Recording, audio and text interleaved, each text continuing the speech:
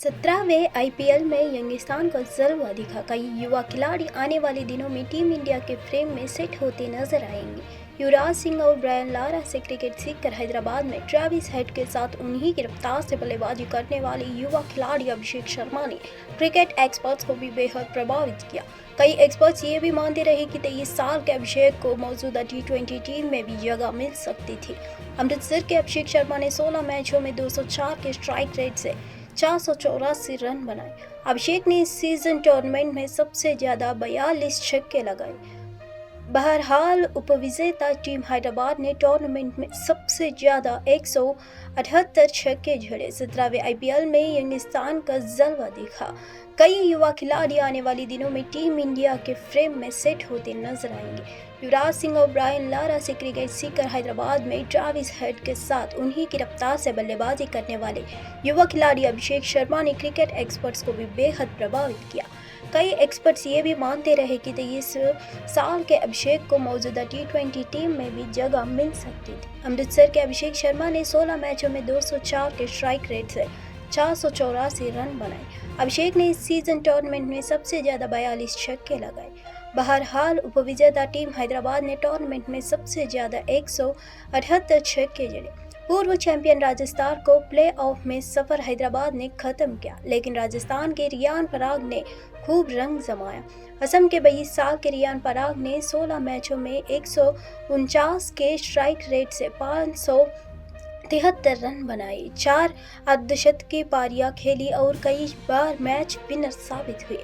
जानकारों ने माना कि रियान पराग टीम इंडिया का अहम सदस्य साबित हो सकते हैं। गुजरात की टीम 8वें नंबर पर रही, प्लेऑफ तक नहीं पहुंच सकी। टूर्नामेंट से सबसे पहले हार्दिक पांड्या का गुजरात से मुंबई जाना और मौ शामी के चोटिल होना गुजरात को खूब खला, लेकिन चेन्नई के रहने वाले 22 साल के भारद्वाज साई सुदर्शन अपनी पहचान बना कर रही है।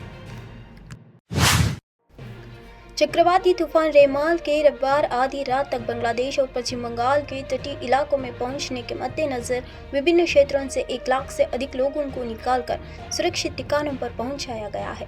चक्रवाती तूफान रेमाल बांग्लादेश और पश्चिम बंगाल के बीच तट से टकरा चुका है। इस दौरान 135 किलोमीटर प्रति घंटे की रफ्तार से तेज हवाएं चली। चक्रवाती तूफान रेमाल के असर की वजह से भारी बारिश हुई, जिससे घरों और खेतों में पानी भर गया है। रेमाल ने कमजोर घरों को काफी नुकसान पहुंचाया। तेज हवाओं की वजह से पेड़ उखड़ गए और बिजली के खंभे भी गिर गए हैं। सुंदरवन के गुसाबा इलाके में मलबे की झपट में आने से एक व्यक्ति घायल हो गया है। रेमाल की वजह से भारी तबाही की आशंका जताई जा रही है। रविवार रात 8:30 बजे पड़ोसी देश में मोंगला के दक्षिण पश्चिम के पास सागर द्वीप और खेपुपारा के बीच पश्चिम बंगाल और बांग्लादेश के निकटवर्ती तटों पर लैंडफॉल की प्रक्रिया शुरू हुई। आईएमडी के अनुसार चक्रवात रेमाल कुछ और समय तक लगभग उत्तर की ओर से और फिर उत्तर पूर्व की ओर बढ़ता रहेगा और आज सुबह तक धीरे धीरे कमजोर हो जाएगा। सीएम नीतीश के ऐसे कहने पर एक बार लोग चौंके गए। वहां मौजूद दूसरे नेताओं ने सीएम को इस बारे में याद दिलाया तो उन्होंने सुधार किया और कहा कि पीएम मोदी तो एक बार फिर देश के प्रधानमंत्री बनेंगे ही। सीएम नीतीश कुमार अपने चुनावी भाषणों में लगातार स्लिप ऑफ टंग के शिकार हो रहे हैं। आए दिन उनकी जुबान फिसल जा रहा है। रविवार को एक बार फिर एक सभा में नीतीश कुमार की जुबान फिसल गई और उन्होंने पीएम मोदी को मुख्यमंत्री बनाने की कामना कर दी है। रविवार को पाटना साहिब लोकसभा क्षेत्र के दनियावा इलाके में बसपा नेता और एनडीए प्रत्याशी रविशंकर प्रसाद के समर्थन में जनसभा का आयोजन किया गया था। मुख्यमंत्री नीतीश कुमार मंच पर भाषण दे रहे हैं। इसी दौरान उन्होंने भाषण के बीच लोगों से प्रधानमंत्री नरेंद्र मोदी के एक बार फिर 400 से अधिक सीटों के साथ मुख्यमंत्री बनाने की बात कही। सीएम नीतीश के ऐसे कहने पर एक बार लोग चौंके गए हैं। वहां मौजूद दूसरे नेताओं ने सीएम को इस बारे में याद दिलाया तो उन्होंने सुधार किया और कहा कि पीएम मोदी तो एक बार फिर देश के प्रधानमंत्री बनेंगे ही है। कोलकाता नाइट राइडर्स की टीम तीसरी बार आईपीएल की चैंपियन बनी है। केकेआर ने सनराइजर्स हैदराबाद को हराकर 17वें सीजन का खिताब जीता और एक बड़ा रिकॉर्ड अपने नाम किया। आईपीएल के 17वें सीजन का खिताब कोलकाता नाइट राइडर्स की टीम के नाम रहा। Kolkata night Riders final match में सनराइजर्स हैदराबाद की टीम को 8 विकेट से मात देकर चैंपियन बनी है। ये आईपीएल में तीसरा मौका है जब केकेआर की टीम ने आईपीएल को ट्रॉफी जीता है। इस बार कोलकाता नाइट राइडर्स का प्रदर्शन काफी शानदार रहा। कोलकाता नाइट राइडर्स ने इस सीजन में एक ऐसा कारनामा भी किया जो इससे पहले आईपीएल में सिर्फ एक बार ही देखने को मिला था। कोलकाता नाइट राइडर्स इस बार पॉइंट्स टेबल में टॉप पर रही थी। उसने लीग स्टेज में 14 से 9 मैच जीते थे और सिर्फ 3 मैचों में ही उसे हार का सामना करना पड़ रहा था। वही 2 मैच बारिश के चलते रद्द हो गए थे। इसके बाद कोलकाता नाइट राइडर्स ने क्वालिफायर 1 मैच जीतकर फाइनल में अपनी जगह बनाई थी और एसआरएच को हराकर तीसरी बार चैंपियन बनी है। इसका मतलब ये है कि कोलकाता नाइट राइडर्स को इस सीजन में कुल 3 हार का ही सामना करना पड़ा।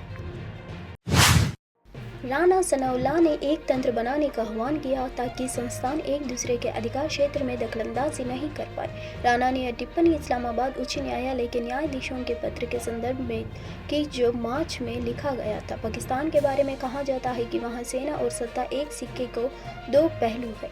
यही वजह है कि सेना में सत्ता और सत्ता में सेना की झलक दिख ही जाती है। हालांकि अब शहबाज सरकार सेना और आईएसआई के दखल को रोकने की तैयारी में लग गई है।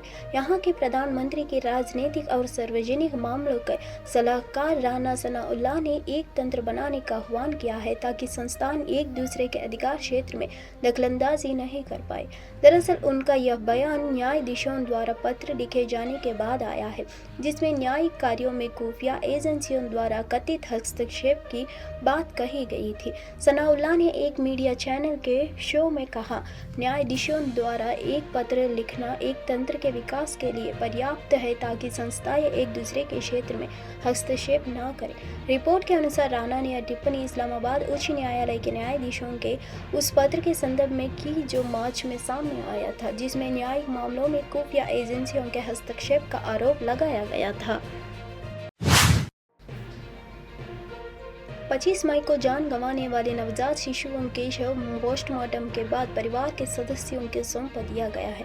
25 मई को विवेक विहार स्थित नवजात शिशु देखभाल अस्पताल में आग लगने से 6 नवजात शिशुओं की मौत हो गई और कई अन्य घायल हो गए हैं।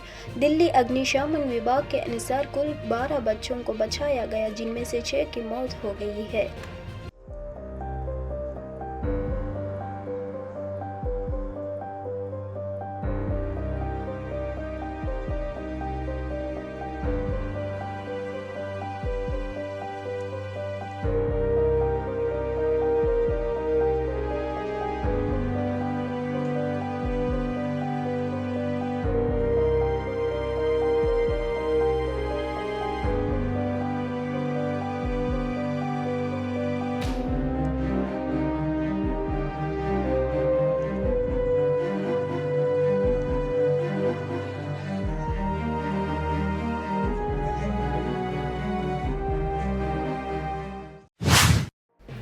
भारत मौसम विज्ञान विभाग ने दिल्ली में हीट वेव के लिए रेड अलर्ट जारी किया है क्योंकि शहर में रिकॉर्ड तोड़ गर्मी पड़ रही है।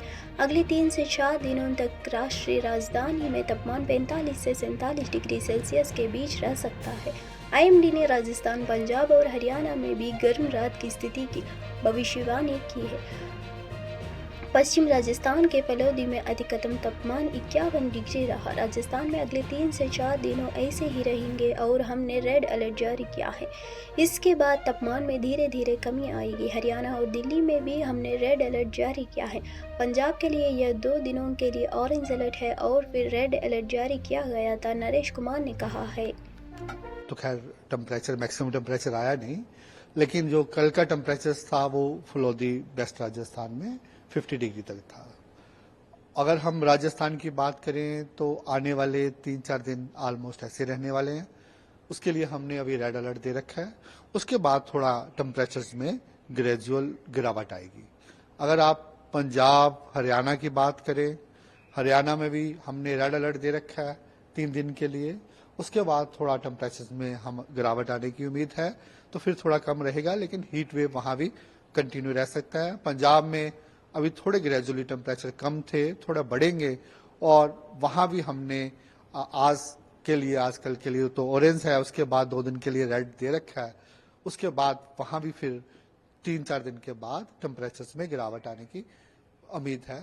एनसीआर दिल्ली की बात करें, जहां जो टेम्परेचर है, जहां भी आज heat wave to severe heat wave हो सकती है, हो सकता है कुछ स्टेशन 47 तक पहुंच जाए, लेकिन जैसे हमारी मेजर ऑब्जर्वेटरी सफदरजंग की है, वहां पे 44-45 का ही अनुमान है हमारा, लेकिन इसके अलावा हो सकता है कहीं 47 तक पहुंच जाए और आने वाले 3 दिनों में उत्तर प्रदेश के मुख्यमंत्री योगी आदित्यनाथ ने 26 मई को चल रहे लोकसभा चुनाव के लिए गोरखपुर के बुधवार में एक सार्वजनिक रैली को संबोधित करते हुए दावा किया कि बसपा ने माफिया मच्छर एन्सेफेलाइटिस को खत्म कर दिया है। मौजूदा आम चुनाव के 7वें चरण के तहत इस निर्वाचन क्षेत्र में 1 जून को मतदान होगा। सीएम योगी ने कहा, हमने अयोध्या में राम मंदिर बनाया है, हमने सड़कें और स्कूल बनाए हैं। इसके साथ ही हमने उत्तर प्रदेश में माफिया मच्छर और एन्सेफेलाइटिस को खत्म कर दिया है। अयोध्या में राम मंदिर बनाया है, बोलिए वो बोलेंगे कैसे?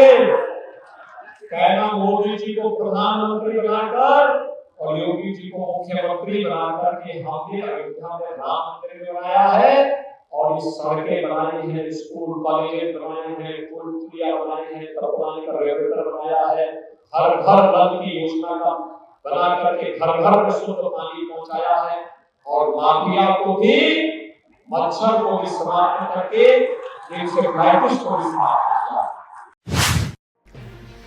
सायन दुर्घटना मामले में आरोपी डॉक्टर राजेश डेरे के 26 मई को जमानत दे दी गई है। मुंबई की शिंदेवाड़ी कोर्ट ने डॉक्टर राजेश डेरे को 20,000 रुपये की जमानत दी। डॉक्टर ने 24 मई को मुंबई के सायन अस्पताल के पास गाड़ी चलाते समय एक बुजुर्ग महिला जुबैर शेख को टक्कर मार दी थी। घायल महिला ने मुंबई के सायन अस्पताल में दम तोड़ दिया। मृतक महिला के बेटे शहनवाज खान की शिकायत के आधार पर आईपीसी की धारा 304A, 388, 279, 203, 177 और अन्य धाराओं के तहत मामला दर्ज किया गया है।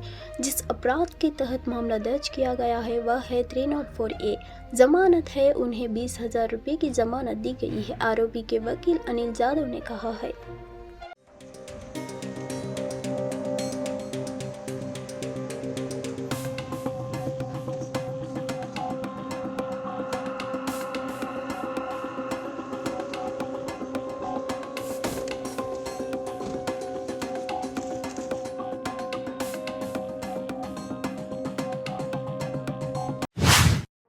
पश्चिम बंगाल और बांग्लादेश के तटों के बीच 110 से 120 की तीव्रता के साथ रविवार शाम शुरू हुए भीषण चक्रवाती तूफान रेमाल के टकराने के बाद पश्चिम बंगाल की राजधानी कोलकाता में भारी बारिश और तेज हवाएं चल रही है। किमी प्रति घंटा 135 किमी प्रति घंटे की रफ्तार। राजभवन के बाहर हशों में राजधानी शहर में भारी बारिश और तेज हवाएं चल रही है। चक्रवाती तूफान के भूस्खलन के बारे में बात करते हुए पूर्व क्षेत्र प्रमुख एमडी कोलकाता सोमनाथ दत्ता ने कहा, बांग्लादेश और पश्चिम बंगाल तट पर भूस्खलन की प्रक्रिया रात 8:30 बजे शुरू हुई है। रात 10:30 बजे के अवलोकन के अनुसार से पता चलता है कि भूस्खलन की प्रक्रिया जारी है। रात 12:30 बजे तक भूस्खलन की प्रक्रिया पूरी हो जाएगी। इसके अलावा साउथ कोलकाता के डीसी प्रियव्रत राय ने कहा, हमें जानकारी मिल रही है कि कुछ जगहों पर पेड़ उखड़ गए हैं। उन इलाकों में कोलकाता नगर पालिका की टीम, कोलकाता पुलिस की आपदा प्रबंधन टीम पहुंच गई है और काम चल रहा है। उखड़े हुए पेड़ों और जल्द ही काटकर साफ कर दिया जाएगा ताकि सड़कें खोली जा सके। सुबह तक स्थिति ठीक हो जाएगी। चक्रवात के मद्देनजर पुलिस का विशेष एकीकृत नियंत्रण कक्ष रात भर स्थिति पर नजर रख रहा है। नगर पालिका नियंत्रण कक्ष भी खोला गया है।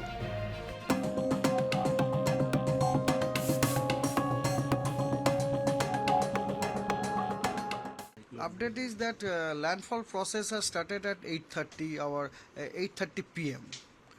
and this has been confirmed from the radar picture. Actually, radar picture, in the radar we have found that the forward sector of the wall cloud region it was seen over the coastal area of West Bengal and Bangladesh.